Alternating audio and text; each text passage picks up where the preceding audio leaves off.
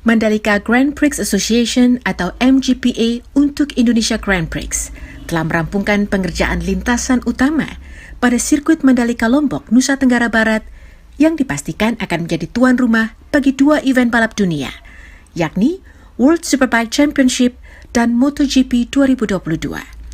Sejumlah alasan menjadikan promotor Grand Prix Dorna Sports menetapkan sirkuit Mandalika sebagai lokasi event otomotif bergengsi tersebut.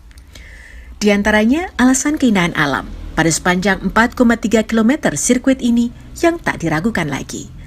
Di antara 17 tikungan yang disematkan, rute lintasan ini menjulur ke garis pantai dan bukit-bukit hijau yang indah, sehingga memberikan keunikan tersendiri dibanding sirkuit MotoGP di negara lain. Teknik pengaspalan pada rute sirkuit yang menelan anggaran 1,3 triliun rupiah ini dibuat syarat tantangan, namun tetap mengutamakan aspek keselamatan dan keamanan pembalap. Desain 11 tikungan ke kanan dan 6 tikungan ke kiri memiliki efek tekanan angin berbeda akibat pengaruh kondisi alam. Sementara pada poin tikungan 3, 4, dan 5 menjadi spot mengadu keterampilan pembalap karena medannya yang berliku. Karenanya, untuk lapisan atas lintasan, MGPA menggunakan teknologi Stone Mastic Asphalt bernilai penetrasi 82, sehingga diklaim sebagai sirkuit dengan kekerasan asfal tertinggi di dunia.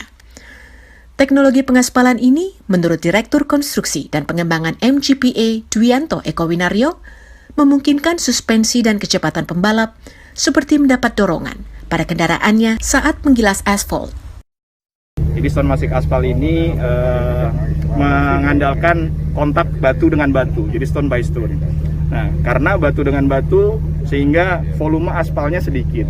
Nah, sehingga kita membutuhkan tipe aspal yang punya performance grade tinggi. Nah, di sini kita menggunakan performance grade 82. Performance grade 82 ini baru keluar sekitar 2014-2015. Sehingga tidak semua sirkuit di dunia menggunakan campuran seperti ini. Jadi itu yang mungkin spesial dari lapis terakhir ini. Nah, pengerjaannya kita juga menggunakan finisher dengan dipasang alat survei MMGPS, sehingga itu otomatis. Masa waktu pembuatan sirkuit juga diklaim menjadi yang tercepat pengerjaannya, hanya dengan waktu 13 bulan untuk lintasan utama.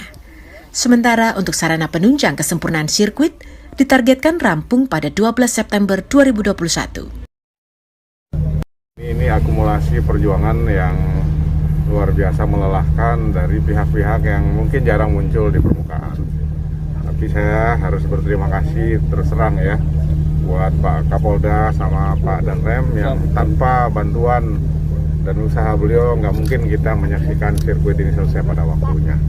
Di sisi lain, Pemprov NTB juga semakin fokus untuk menuntaskan penyelesaian proyek infrastruktur pembangunan bypass Bandara Mandalika sepanjang 17,3 km.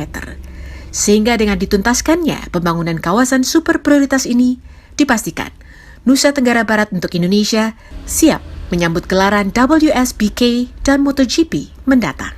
Dari Lombok Tengah, Nusa Tenggara Barat, Kusnandar, Kantor Berita Antara, mewartakan.